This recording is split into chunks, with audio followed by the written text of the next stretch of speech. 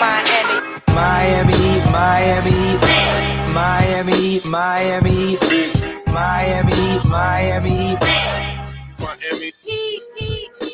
Miami, Miami, Miami, Miami, Miami, Miami. It feels like Miami. Welcome to the EP Podcast. I'm your host, Giancarlo Navas, and with me today, on the eve of the 75th NBA season, we have our 2K coach, Street B co-founder, Franky G. What's up, Franky? What's going on, G? You ready for Raptors basketball? I was born ready, baby. I was born ready. Franky, listen, basketball is about to start again. You know, we didn't have much of a chance to miss it last time the season ended because, I mean, that was a quick turnaround. It kind of feels good that, like, man, they're going to play, like, real basketball games again. Man, it's so exciting. The most exciting part for me is that we know we're not having a fully bullshit season like last season was, with no rest, with absolute bullshit COVID rules. You know, we have a fully vaxxed team and we're ready to go.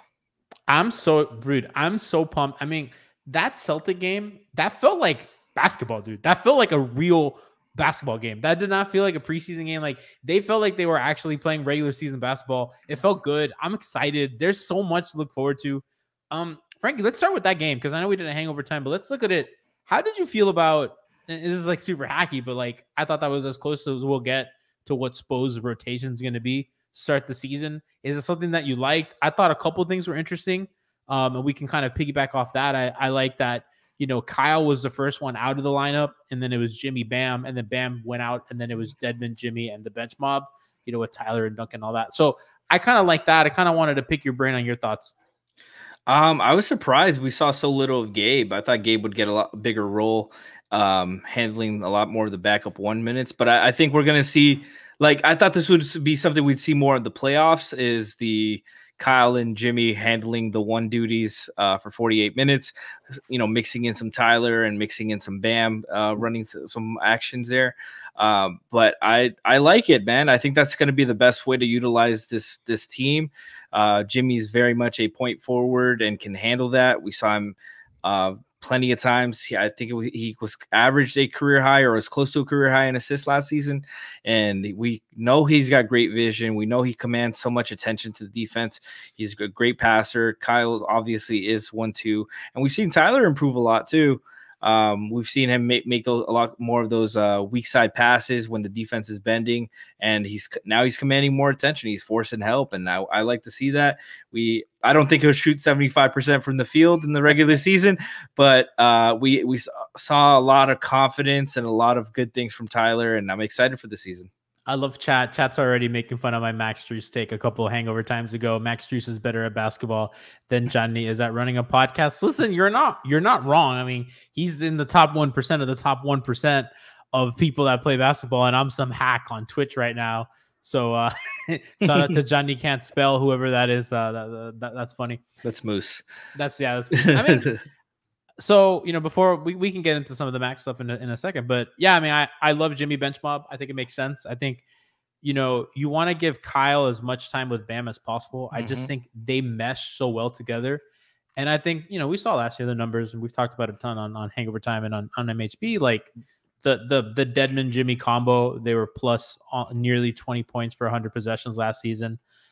There's so much that makes sense about how they divided those lineups, that, you know, glad that Spo kind of goes to that early. Franky, the interesting thing about their lineups is they played a lot of Duncan Tyler in the preseason, and it's looked good, right? Like, and I think we've been really critical of that. How do you feel about them going three guards, Jimmy, Bam? Because I feel like if those Tyler Duncan lineups survive, I kind of think that becomes a little more viable.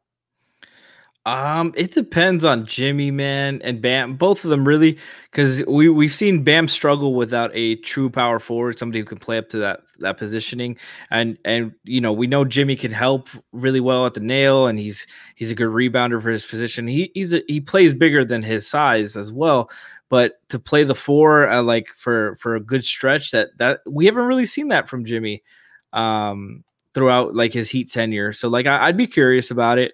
You know, I'm someone who wants to see it. You know, I have my beliefs and my opinions first, but I'll try anything just to see, because I've been wrong plenty of times before, and I'll be wrong plenty times in the future.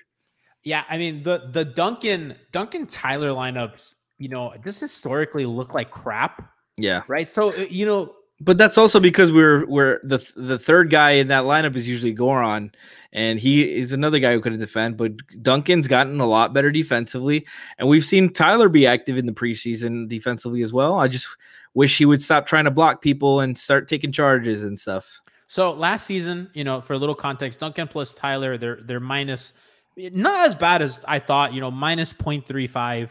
Okay. You know, that's not terrible. That's right. Not bad. You know, Duncan without Tyler plus 3.2, right? 115 offensive rating. Really, really good. Duncan's obviously great. Tyler without Duncan minus 5. Now, I think that I feel like that some of that is the COVID lineups that they had to put out. Yeah. I think that's a little bit unfair to Tyler. But because Duncan didn't miss time either, but still that Tyler had a lot of minutes without Duncan as well. Yeah, and a lot of those Tyler, Gabe, you know. Oh God. So the year before that, 2019, 2020, them together, Tyler, Duncan minus 5. Duncan, no Tyler, plus 11.6 net rating. Tyler without Duncan, 0.18. So I think the trend has been, you know, Duncan without Tyler, they're always good. Tyler without Duncan, that's a struggle, and them together is a mixed bag. So if I'm a Heat fan, I'm looking this season how that plays out. Like how do they look together, and we can do some touch points on like what we should look at. I want to get to something that people in chat are saying. Good Game Mariah says, "Am I crazy for wanting Yurt 7 over Uncle Deadman?" I think people are a little down on Dwayne after this preseason. Uncle Demon, she said. Uncle Demon, Uncle Demon. You know, so other people are like, you know, start Yurt as backup 4.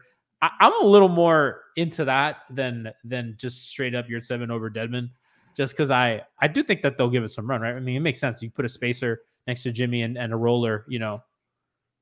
Yeah, like I want to see more of Yurt with the starters and stuff, and like with the better players. I feel like he hasn't gotten a much of a chance and to play with like the better shot creators and stuff, and like I want to see it, but I mean they're also very much seeing this in practice, so there's got to be something that he's not ready for. And like, you know, Deadman struggled in the preseason, but this is his first real like off-season training camp in a while, and I'm sure he's just got to get used to it. And you know, he's a professional. I trust him. He came back and he likes being here. I trust him. But I am curious about Yurt. I'm not as high as like a lot of people are and hopeful, but I like his rebounding. I like his touch around the rim, and he's got potential with the jumper. So you got to see what you got there.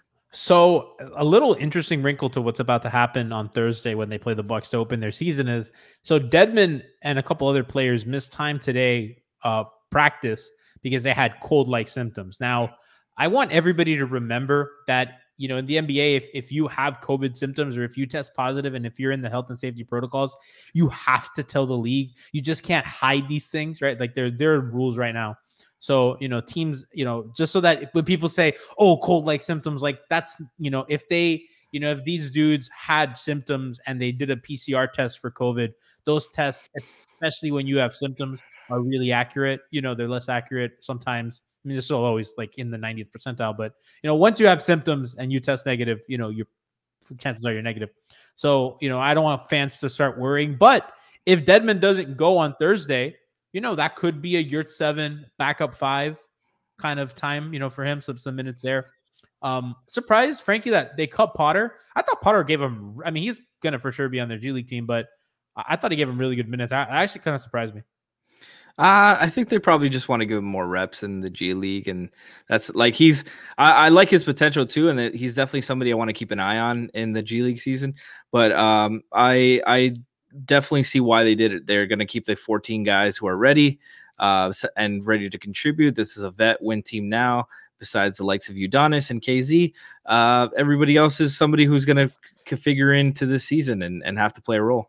I think out of all the dudes, I think I mean, it's funny because I made like tons of fun of him on Twitter and stuff. But he really impressed me, and I think as a guy who shoots the ball, just a rebounding machine. And I think as a backup center, if you're a rebounding machine and if you could shoot the ball, especially offensive rebounding, you can't ask for much more. You know what I mean?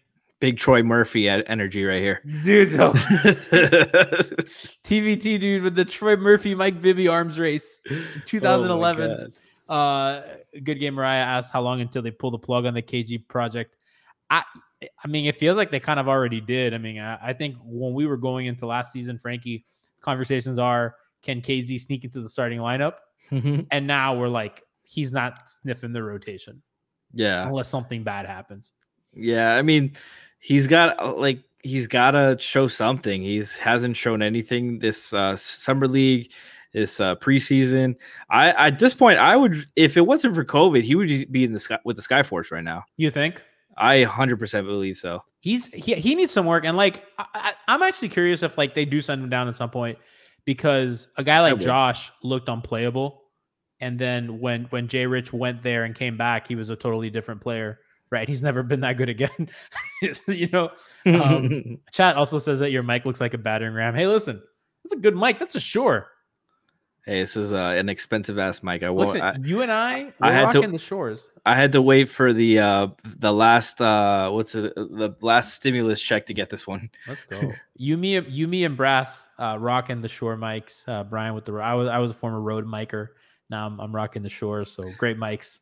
I'm trying a different look, chat. If you don't like it this far, no, I like it. No, I actually really like it. It makes it rustic. Okay, cool. I'm leaving it like that then. I recommend it. By the way, a lot of times people ask me like on Twitter or whatever, like mic recommendations. If you have the money, like the one I'm using, the Shure SM7, I recommend that. Franky, the mic that Franky has, if you go with a Shure, you can be sure that it's going to be a really good product. Non-sponsored, hashtag non-sponsored, but just giving a tidbit. If you want to, people always ask me, so it's kind of throwing a freebie out there. Chat says, congrats. We are appreciative of the quality. Both can be true. Well, we do it for you guys. This is all bought with your Twitch subs and your Patreon money and all your listens and clicks. We bought new mics for some of the staff and new cameras. I know, Franky, you're trying to get yours to work. I know you have some stuff, but literally, it's you guys' support that allows us to be better. Every cent that you guys give us, it goes back into what we do. I got the new mic, I got the new lights, Siobhan got a new mic. So like everything that you give, we put back into what we do to give you guys the best quality. Speaking of, Franky, we have a little something. Coming up. So I teased this on Hangover Time. So we have these custom jerseys done by Casey Bannerman, who does our Twitch emotes. So if you like our Twitch emotes, it's the same artist, and we're dropping these real soon. You're gonna love it. They're great quality. They're like legitimately authentic NBA jersey quality. Like the stitching is, you can't see it now, but like the stitching's unreal. I'll post closer pictures so you can see like they're amazing. Casey's incredible. You can see his other work on his Instagram account. He did a Fred VanVleet one, a Kobe Bryant one. He's done a Dwayne Wade one. They're really great. So one of those names doesn't belong. One of those names, just the all-time greats. Dwayne Wade, Bam Adebayo, Kobe Bryant, Fred VanVleet. What? He's out of Toronto, so we gotta give love to the people that contribute to what we do here. So I just wanted to plug that. Make sure if you want a jersey, you saw that. Make sure that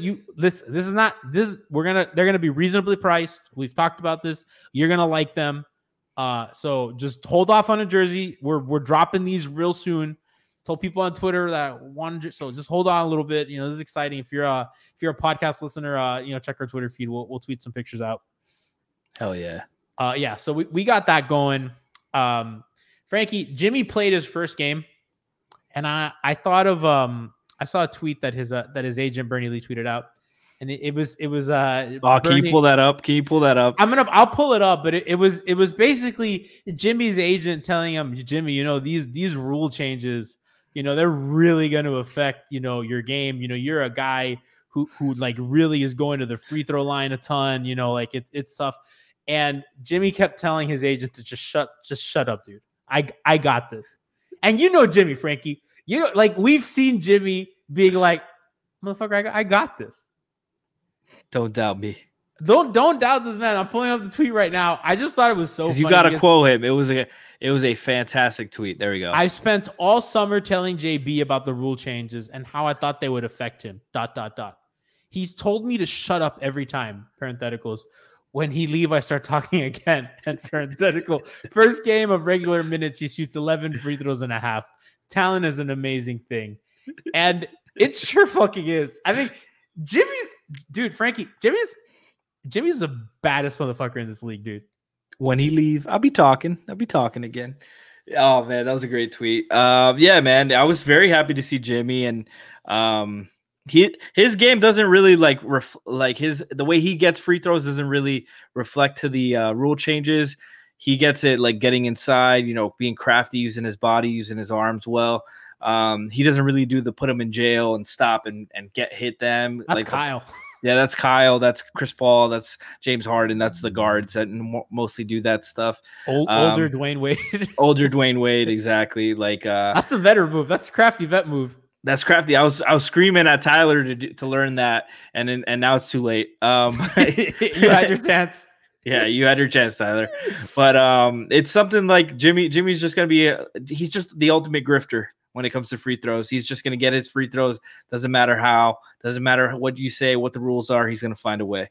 Franky, he's like, and I feel like it's a little unfair to like constantly compare him to Kawhi, because obviously Kawhi Jimmy's is better. like in the conversation for best player in the league like every year that he's healthy. So, I don't want to be like Homer fan, but I think Jimmy's a lot like Kawhi in a lot of ways. And I think and I've talked about kind of how he is defensively, but I think the pain that he inflicts, because players have talked about it. Like Kawhi is a bruiser, dude. When Kawhi puts his shoulder into you, you go flying, you're bruised. And I feel like I know that Jimmy takes a beating, right? Because he's like physical, going downhill, really hard, aggressive. But I mean, he's a pain inflictor too. Like he's looking for contact. He's going full speed at dudes. And I think that his change of pace is maybe one of his most underrated skills, because he'll go from he kind of moves like molasses sometimes, and then he'll go so quick head first to the rim, and he's getting dudes in the chest, getting contact, finishing. He's fucking unreal, man. He's unreal. It's like Dwayne used to go 0 to 30 to 60, and that was his change of space. But Jimmy goes 0 to 15 to 30. Like that, he maxes out at 30. He's not he's not super athletic, but what he's really athletic is he's so strong. He's got great balance, and his core is incredible. He uses his body so well, being crafty, using his lower body, using his hips, using his butt, and putting smaller guys on his ass and backing him down, and all the tools, baby, all the tools. He's got all the tools, man. You can tell he had to play big man as a kid. All the tools, man. Dude. I love that dude. He's incredible. Frankie, I was thinking I wanted to save this for the pod. Is it crazy for me to say this? I think I may be liking Jimmy, again, two legends, two absolute. Don't you fucking do it. What do you think I'm going to do? Don't you fucking do it. What do you think I'm going to say? Are you saying more than Dwayne? No. Oh, okay. More than Bosch. Whoa. I know, but Jimmy, I can see it. I don't know. There's just something about Jimmy that he's just so fucking cool. He's kind of mysterious. I'll never forget the Rohan Nakardi piece last season, the most interesting man in the league. Right. And Jimmy's just an interesting dude. He's kind of weird. He's a fucking badass. He's tough as all hell. He has this bravado and this confidence about him that, do you remember the game? What was it, game 3 in the finals? And Jimmy's rocking back and forth doing the interview. And he's like, no, we got this. We got this. Yeah. Chat's mad at me. Yeah. Fez Butter says this freaking guy. I love CB. CB's a lifer. I love Chris Bosh. But I'm just saying, I'm starting to warm up to the idea, because Jimmy's fucking. I think this is your inner Raptor fandom coming out. Oh, you're being a Raptor fan now. Listen, I'm friends with a lot of people on Raptors Twitter, but Raptors Twitter is ridiculous about Chris Bosh. You got to stop. Direct that hate at DeMar DeRozan, not at Chris Bosh. Good take. All right. I think we love CB differently though.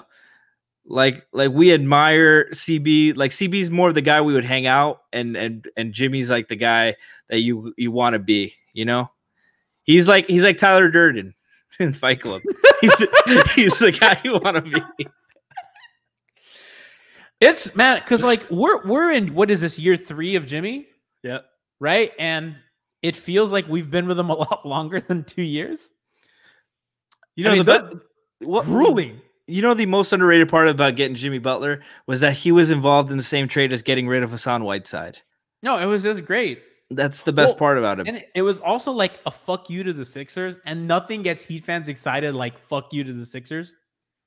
You know what I mean? And like, I don't think the fan base really gave a shit about like Josh Richardson. Like, obviously, I love Josh, right? And like people that cover Josh really liked him. But like, I think most of Heat fans are like, whatever, dude. 2nd round pick, he stepped out of bounds a ton. Yeah. Whether that's fair or unfair, I think it was unfair. Like in Heat fans' mind, is like we got rid of Hassan and we got him for a second, like a dude that we drafted in the 2nd round, who, by the way, hasn't had a good season since he left here. Yeah, so I mean, but that's every guy that Heat get rid of. Like nobody gets better leaving Miami. Hassan's never been good again. Josh has never been good again. As much as it pains me, Justice has never looked good again. Part of Justice has been injury, but like he just like straight up doesn't look like a basketball player sometimes, you know. Tough for Kelly's Kelly's the only one. Dude. Kelly's the white guy. Dude, Hakeem over there. They're never getting rid of another white guy. Watch. Dude, I'm kind of curious as to what numbers he's going to put up in Houston because in Detroit. Because my goodness, red jersey is confusing. But most guys leave here, and I mean, Dion left, career ended. James Johnson. The only other guy I could think of would be Shaq, and that's because he got healthy in Phoenix. Like Tyler Johnson, you know, never really a big contributor ever again. Right. Like, and chat, maybe you can help us. Like, if you can give a name of a dude that has left here and has been better, like, especially in recent years. I mean, even Wade, right? Leaves. Remember that first game that he played away from here, he hit like a couple threes and everyone's like, oh, shooter. Percentage was like one of the worst. Jose level 5 says LeBron.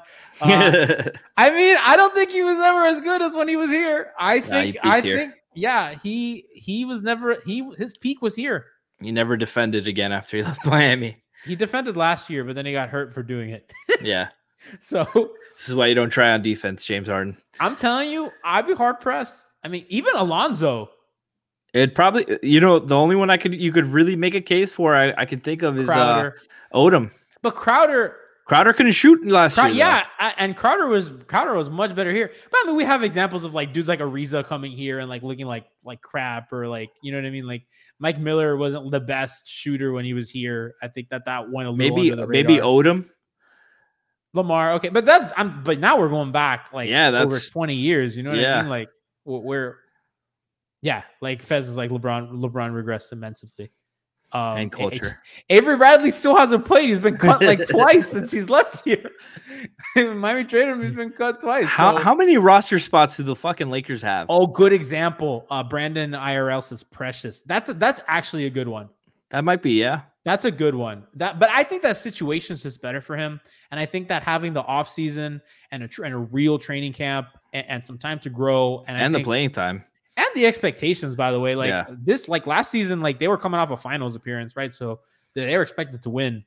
Yeah, they had no spot or playing time to play him and let him develop and play through his mistakes. Yeah, the Raptors can do that. They have, and he's probably not even going to start for them, and he'd be able to have a chance to earn to be a starter. But yeah, that's actually really that. But I mean, the point is like the list is very little. When you look at a team like the Lakers, right? Ingram better when he left. Randall better when he left. Josh Hart better when he left. You know, we can go on. And Lonzo better when he left. But I mean, on and on.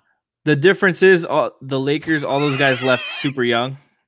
Mo Harkless, that's a good one. 10-195 says Mo Harkless. That was a big FU to our own Tiffany Meeks. But when you're the worst player in the league, you really can only go up. Yeah, you can only go up. Yeah. So, good one by Fez. Shabazz Napier. That's a good one. Oh, that's a good one. Yeah, that's one I still don't understand to this day why they gave up on him. Yeah, that was weird. It felt like just like they were just bad vibes because of the whole situation. Yeah. Jose Level 5 says Avery and Andre were gonna look better. I don't think Avery's gonna look good. I think that dude's kind of done. I think Andre's kind of done too, and I think Andre gave Miami the little bit left that he had. Was it like game 5 or game 6 against the Celtics that he hit like 3 threes and he never hit a 3 after that? So, my buddy Kev, who's been on the pod a couple times. Love you, Kev. Love Kev. That's a homie.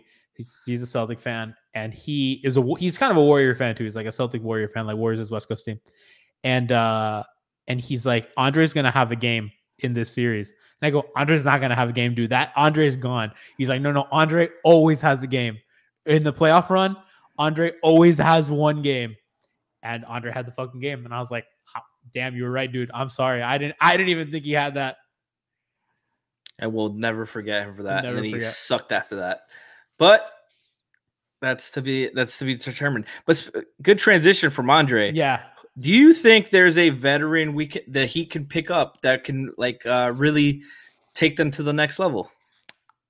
I talked about this with David Ramil on his podcast on Locked On Heat. I went on Sunday. Check that out. David and I had a great conversation.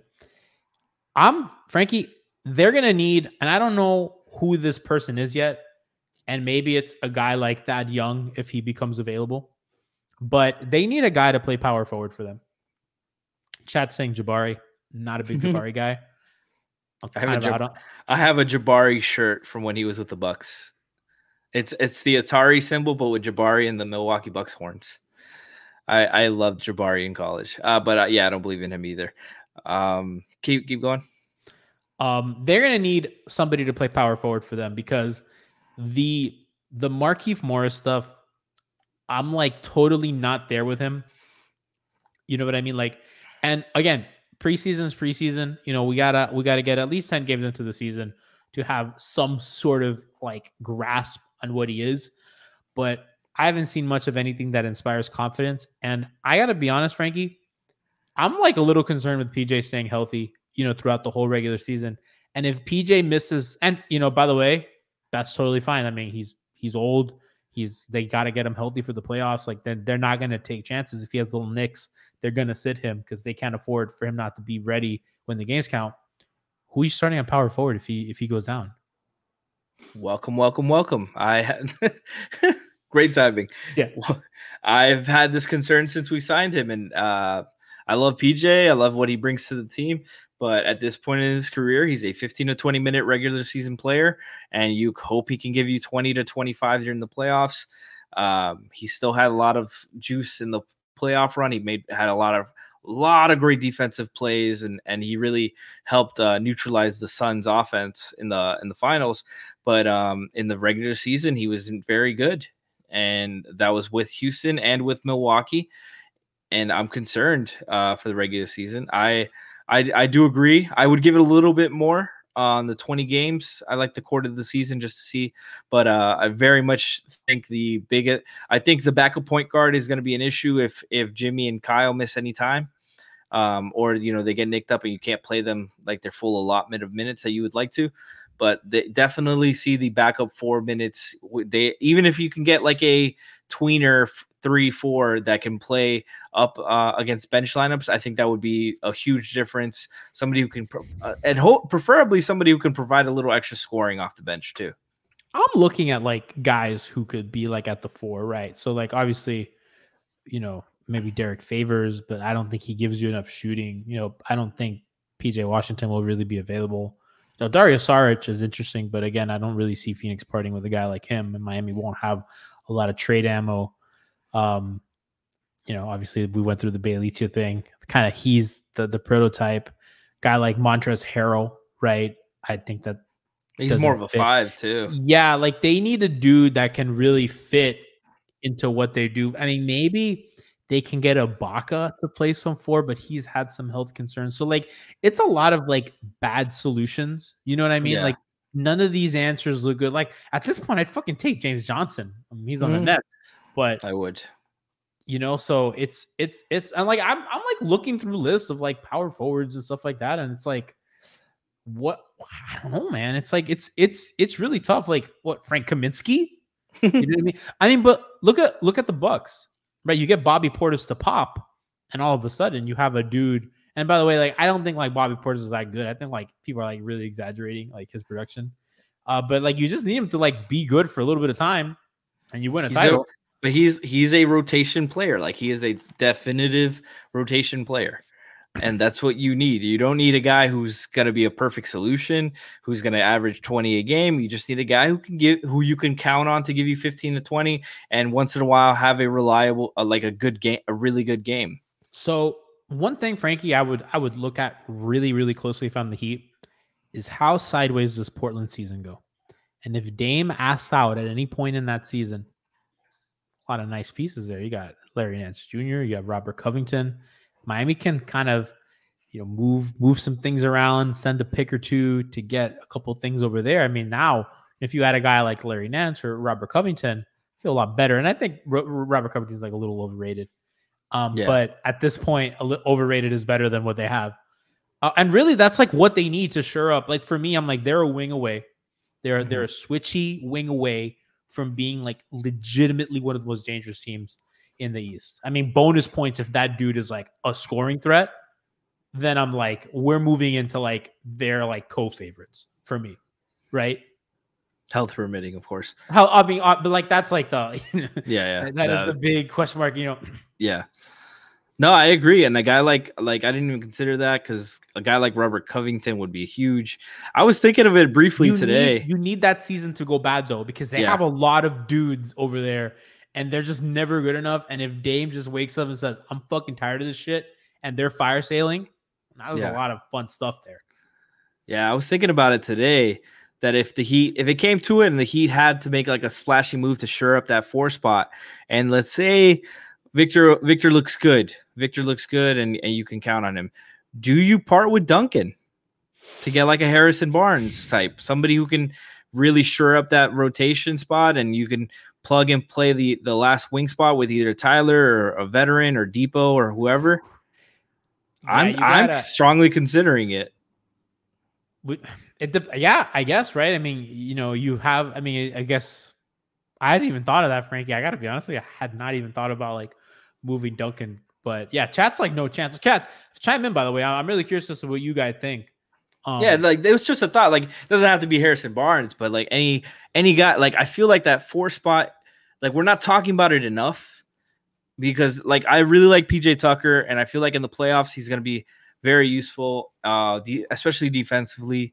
But dude, you need a 4. I didn't even think of Duncan being the ticket to get you something. I've always looked at that as Tyler, but now Duncan allows you to do some fun salary swaps. But like you need a 4, bro. It's Giannis, it's KD, it's LeBron. If you get to that side of the bracket, you need a 4. Thad Young was 9th in PER. Hell yeah, for qualified power forwards. Can you bring up that stat, that famous image of Thad? You know the one. I'll find. The one. That like you need a 4. Like I like Thad. He's more of like a piece, which is exactly what we need. And he can play. He can pass. He can fill in a little soft role. He'd be a way bigger upgrade over Markieff. And he brings playmaking off the bench. I would like that. But even like a Rudy Gay or something like that, like some kind of, not Rudy Gay specifically, but some kind of tweener guy like that. Yeah, he's gonna be unavailable to them. Yeah, but you need something like that to shore that up. And if you have to go in the trade market to do so, I think you got to, because this is a win now team. This is Thad Young. Look at that. Thaddeus Young, among the great players with 800 games, averaged 13.5 points, 5.9 rebounds, 1.4 steals, 49% field goal percentage, 30% 3-point field goal percentage. Magic Johnson, Larry Bird, Michael Jordan, LeBron James, and of course, Thad Young. I mean, you can't have a Mount Rushmore of the NBA without him. One of the all-time great sports graphics.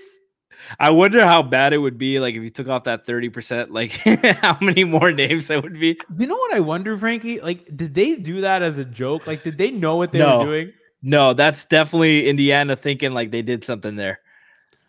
I want to address something here, because Chad is like, put Bam at the 4. That man's not a center. Quote her correctly, please. Bamonte. There you go. Reveal.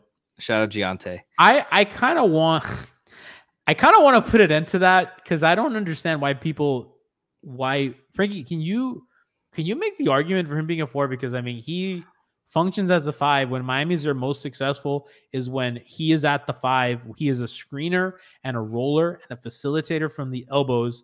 That's what centers do. He's a good rebounder. He's in double-digit rebounding a lot of the time. I think it would be defensively. Like he's an undersized center. Like you would like him to be 6'11", 7 feet tall. But I mean, why? I think, but hold on, wait a second. Why? Like that's the prototype. That's what I mean. Like prototypically. What is he lacking in size? Like he's a depoy level dude, right? No, I mean I was gonna get there, but you cut me off, bro. I mean he does, but like what he makes up, what he's missing in height, he makes up for in wingspan, in vertical. I think what the biggest problem is that people haven't seen the Heat play with capable defenders since the finals run. So all of the you didn't really hear this in 2020 when they were playing well defensively and he took them to the finals at the 5. But last year when they couldn't rebound because he has to come up. And they were getting killed on the glass. They were getting killed inside. It was because they had nobody else. If he comes over to help, the other guy's getting the weak side rebound. There was nobody helping him on the glass, and that was the biggest issue. I think he could play with some 5s, but there's very few 5s you would want him to play with.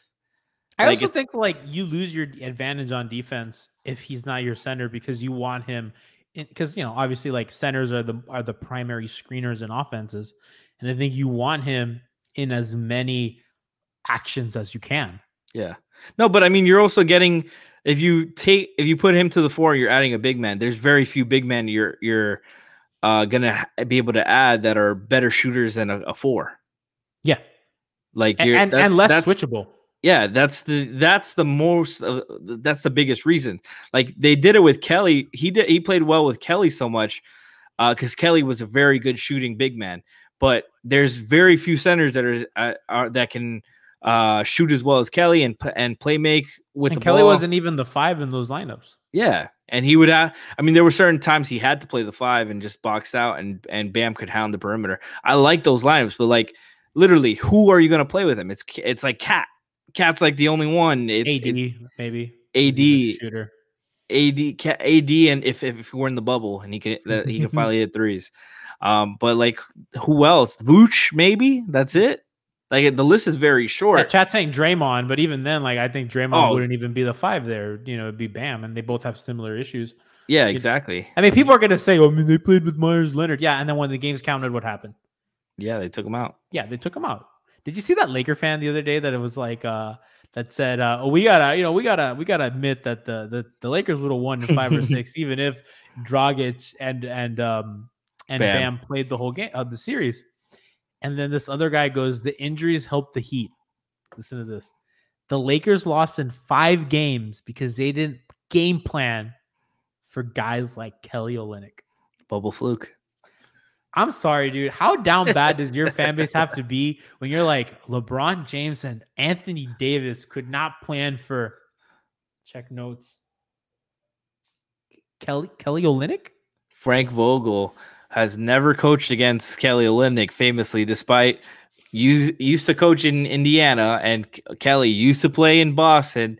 No, he never did that well. It's just ridiculous. It's how down bad does your fan base have to be? Bro, just admit if the other team that you played was healthy. I'm not saying that, if you're Laker fans, you can think well, we still would have won. That's cool. That's a respectable opinion. But bro, don't say nonsense like that. I mean, come on. I'm also trying to see what the hell Kelly averaged in that finals because, he blasted them one of those games. No, he did, but it wasn't anything he was averaging 15 or 20 or anything like that. Franky, we covered those games together. That shit was so funny when he would pop, he would roll, and the Lakers had no fucking idea what to do with it. Here we go. There was a game he averaged the game 2, he scored 24 points. They lost. Game 3, he scored 17. They won. He scored 4 and they lost. The other game the Heat won, he didn't play. Oh God! Imagine if they would have scouted him though. Imagine, Franky. Imagine. Fucking hell. So down bad, man. Fan base. Yeah, chat. So listen, I want Heat fans. Listen, I want to say something to Heat fans because I have people in the chat just talking about John Collins next to Bam. Listen, we're about to start the season. Let's put all this shit behind us, right? We're all Heat fans here.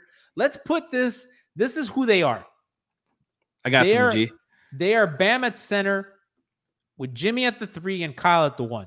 That's what they have right now. So you can let's focus our energy in how to maximize what they have. Let's not look at what they don't have, right?